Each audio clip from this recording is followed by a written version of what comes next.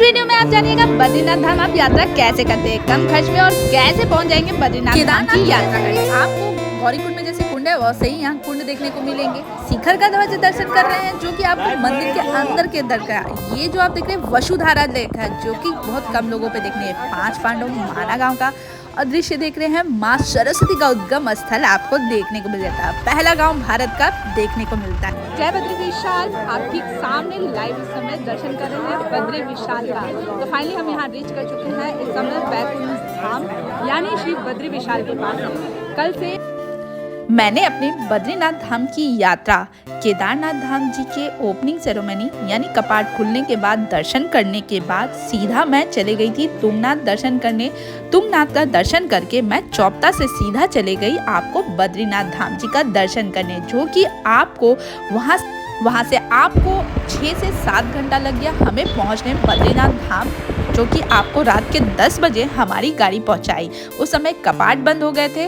उसके बाद हमने सुबह अर्ली मॉर्निंग बद्रीनाथ धाम जी के दर्शन करने के लिए आगे की ओर गए, जो कि आपको मार्केट से होके थोड़ी दूर आगे जाके आपको बद्रीनाथ जी का दर्शन होता है, जो कि आपकी पहली गाड़ी वहीं रोक देती है। इस समय बद्री विशाल का तो चलिए इस वीडियो में हम आपको पूरे बद्री विशाल का दर्शन कराते हैं। ठीक सामने पीछे देख रहे हैं तो ये रास्ता आपको चल जाता है आगे की ओर, जो कि आपको एक नीचे की ओर जाता है जो कि तप्तकुंड के पास में, और ठीक एक ऊपर जाती है जो कि लंबी लाइनें लगी रहती हैं।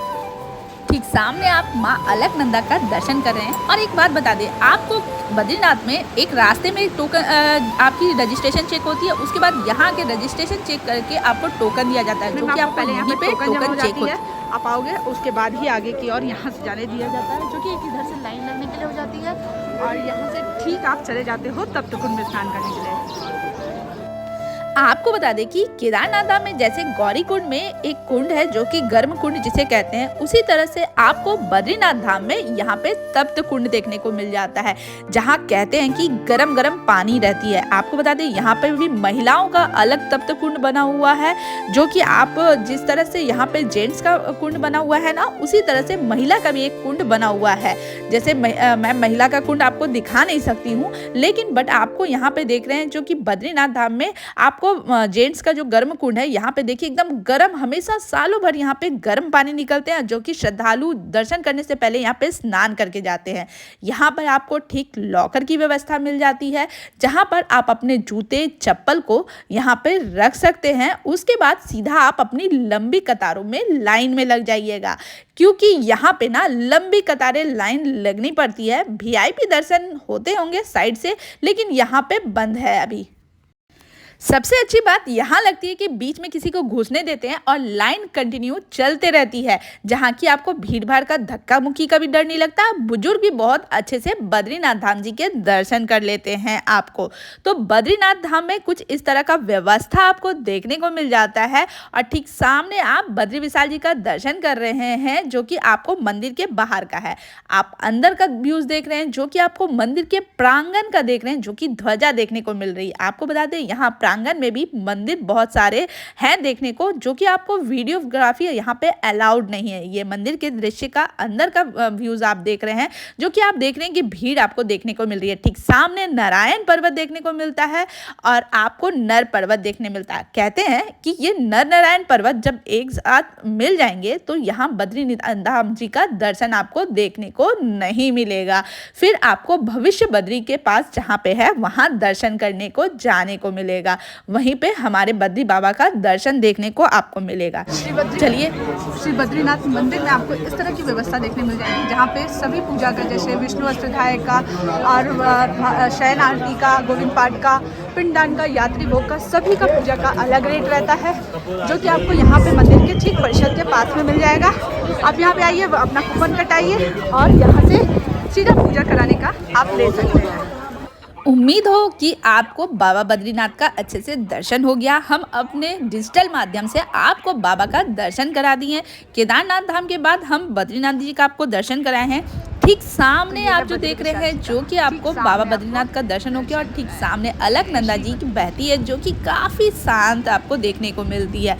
यहाँ से ठीक सामने आपको एग्जिट पॉइंट देखने को मिल जाता है और एग्जिट पॉइंट यहाँ से धीरे धीरे बाहर निकलने की रास्ता है। हम यहाँ से उम्मीद है आपको दर्शन अच्छे से हो गए होंगे। अब हम यहाँ से बद्रीनाथ का दर्शन करके आगे की ओर अपनी यात्रा को कंटिन्यू करते हैं, जो कि हम चलेंगे आपको बद्रीनाथ का दर्शन करके इसी रास्ते की ओर से माना गांव की ओर, जो कि आपको ये मार्केट के रास्ते से जो पड़ता है, जो कि हम पैदल पैदल आपको दिखाएंगे कि किस तरह से आपको जाना है।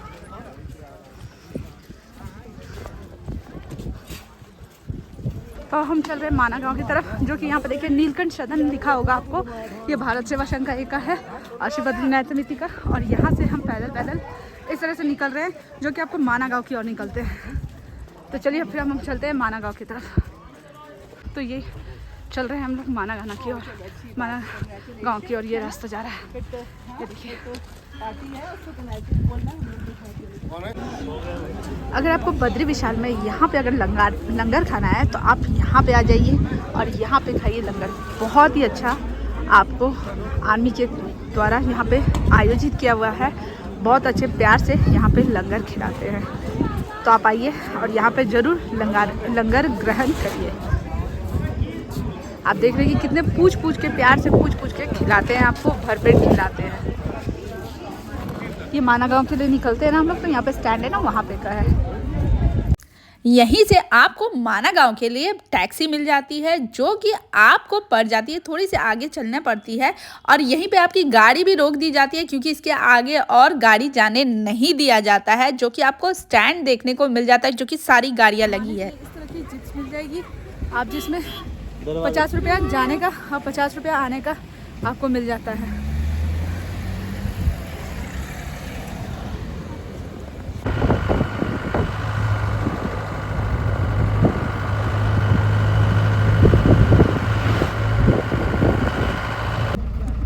ठीक सामने आपको भारत का पहला गांव, जो कि माना गांव कहा जाता है, देखने को बोर्ड मिल जाता है, जो कि यहाँ पर आपकी परमिट यानी चेकिंग होती है, जो कि आपको देखा जाता है कि आपकी परमिट जो मतलब जो टैक्सी ले जाते हैं वही सही है कि नहीं। आप पैदल भी इसको क्रॉस कर सकते हैं। ये जो बॉर्डर है ज़्यादा दूरी नहीं पड़ता है। ठीक सामने हम पहुँच चुके हैं स्वर्ग रोहिणी का मेन द्वार के पास, जहाँ के भी हम पहुँच चुके हैं। माना गांव जाने के लिए आपको सामने में ही, बाहर में ही अगर आपको पिट्ठू चाहिए तो वो मिल जाएगी, नहीं तो आपको ये पूरा माना गांव पैदल ही घूमना पड़ता है, जो कि आपको 2 से 3 किलोमीटर के अंदर में फैला हुआ है। और यहाँ पे आपको बहुत कुछ देखने को मिल जाते हैं, जैसे कि व्यास गुफा, गणेश गुफा और माँ सरस्वती का उद्गम स्थल, 5 पांडव देखने को आपको मिल जाते हैं। और ठीक यहीं से आप चले जाते हैं। चलिए सबसे पहले हम आपको लेके चलते हैं गणेश गुफा, जो कि दर्शन होता है माना गांव में, जो कि थोड़ी सी चढ़ाई यहाँ पे सांसें फूलती है, लेकिन धीरे धीरे हम गणेश गुफा जी का दर्शन करने चलते हैं। चलिए हम आपको गणेश गुफा जी का पहले दर्शन कराते हैं, जो कि काफ़ी लंबे चौड़े में थोड़े यहाँ ठीक सामने आपको देखने को इस समय गणेश जी का दर्शन होगा। हल्का सा आप देखिएगा, क्योंकि यहाँ पे दर्शन आपको देखने को मिल जाता है। और ये भी ना काफ़ी देखिए किस तरह से गुफा यहाँ पे बनी हुई है। ये देख रहे हैं गुफा किस तरह से देखने को इस वक्त मिल जाती है गणेश गुफा का। इसे इस तरह से घुसना पड़ता है, उसके बाद इधर से ठीक निकल जाइएगा। ये गुफा से ऐसे निकलिएगा, आपको रास्ता दिखेगा, उसके बाद आप निकल जाते हैं। फिर चलते हैं हम व्यास गुफा। थोड़े से आगे जाके हमको व्यास गुफा मिल जाता है, जो कि व्यास गुफा का दर्शन चलिए हम आपको अंदर का कराते हैं। ठीक सामने ऊपर में देख रहे हैं कि किस तरह से परत जैसी एकदम लगी रहती है व्यास गुफा का ऊपर में। और यहाँ पे वीडियोग्राफी अंदर में अलाउड नहीं है। यहाँ पे देख रहे हैं कि व्यास गुफा में किस तरह से देखने को मिल जाता है। कहते हैं मान्यता के अनुसार यहाँ महर्षि वेद ने व्यास ने भगवान गणेश जी की सहायता से महाभारत की महाकाव्य की रचना की थी। आप देख रहे हैं कि कितना खूबसूरत देखने को मिलता है। यहाँ के पास में गणेश गुफा आपको दिखा, सरस्वती नदी भी हम आपको आगे दिखाएंगे, भीम पुल भी स्थित है यहाँ पे, जो कि बद्रीनाथ में स्थित पड़ता है। चलिए हम आगे की ओर आपको लेके चलते हैं, जो कि भीम पुल के पास में आपको देखने को मिलता है। ठीक सामने दूर से आपको देखने को इस समय मिल जाता है, जो कि 5 पांडवों का जो दृश्य है। और ठीक सामने में आप वहीं पर सरस्वती नदी का उद्गम स्थल देखने को मिल जाता है। आपको सरस्वती नदी के किनारे और ठीक सामने आपको दिख रहे हैं पांडव जी। और यहाँ चलते हैं, तो यहाँ पे आपको सरस्वती जल भी मिल जाता है, यहाँ पे देख रहे हैं। और यहाँ से सरस्वती जी का चले आपको उद्गम स्थल हम दिखाते रह जाए। ये देख रहे हैं, आप देख रहे होंगे माँ सरस्वती का क्या खूबसूरत सा दृश्य देखने को मिल रहा है, देखिए, जो कि आपको यहीं मिलता है देखने को और कहीं नहीं मिलता है। माँ सरस्वती का नमस्कार। पानी की आवाज़ यानी धारा की आवाज़ इतनी आपको तेज देखने सुने। तो चलिए हम आपको सबसे पहले दिखाने ले चलते हैं सरस्वती नदी का उद्गम, जो कि सिर्फ आपको माना गांव में देखने को मिलता है।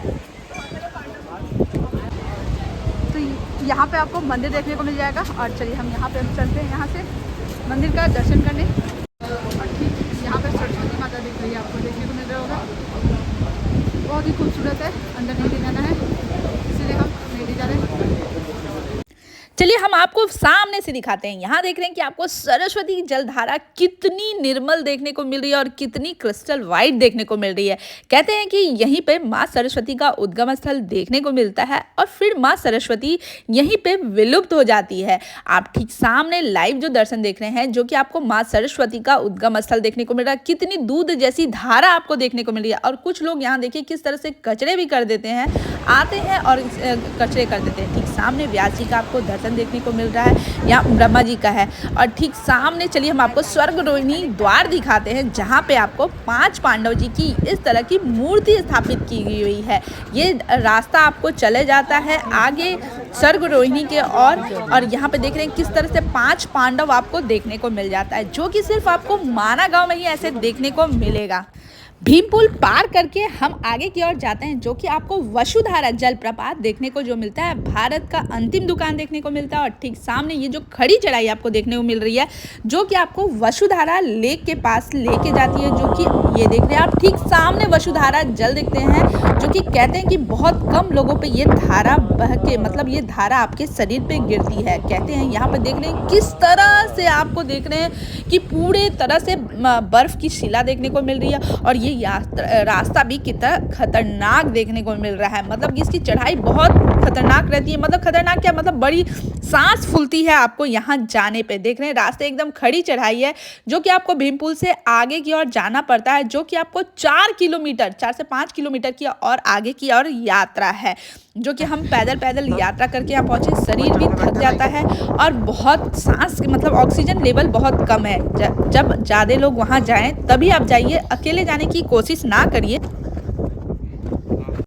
तो फाइनली हम माना गांव से रिटर्न आ गए और यहीं से टैक्सी लेके हम आगे की ओर अपनी जोशीमठ की ओर आगे जाएंगे। कल हम एक और नई जर्नी स्टार्ट करेंगे, जो कि आपको यात्रा दिखाएंगे। तो यहाँ पे आपको सभी तरह का टैक्सी मिल जाता है। यहाँ से आपको ऋषिकेश के लिए भी गाड़ी मिल जाती है, जोशीमठ के लिए, ऊखीमठ के लिए, सभी के लिए यहाँ से गाड़ी मिल जाती है, जो कि शाम के बाद यहाँ नहीं मिलती है। 5 बजे के बाद कोई गाड़ी नहीं मिलेगी।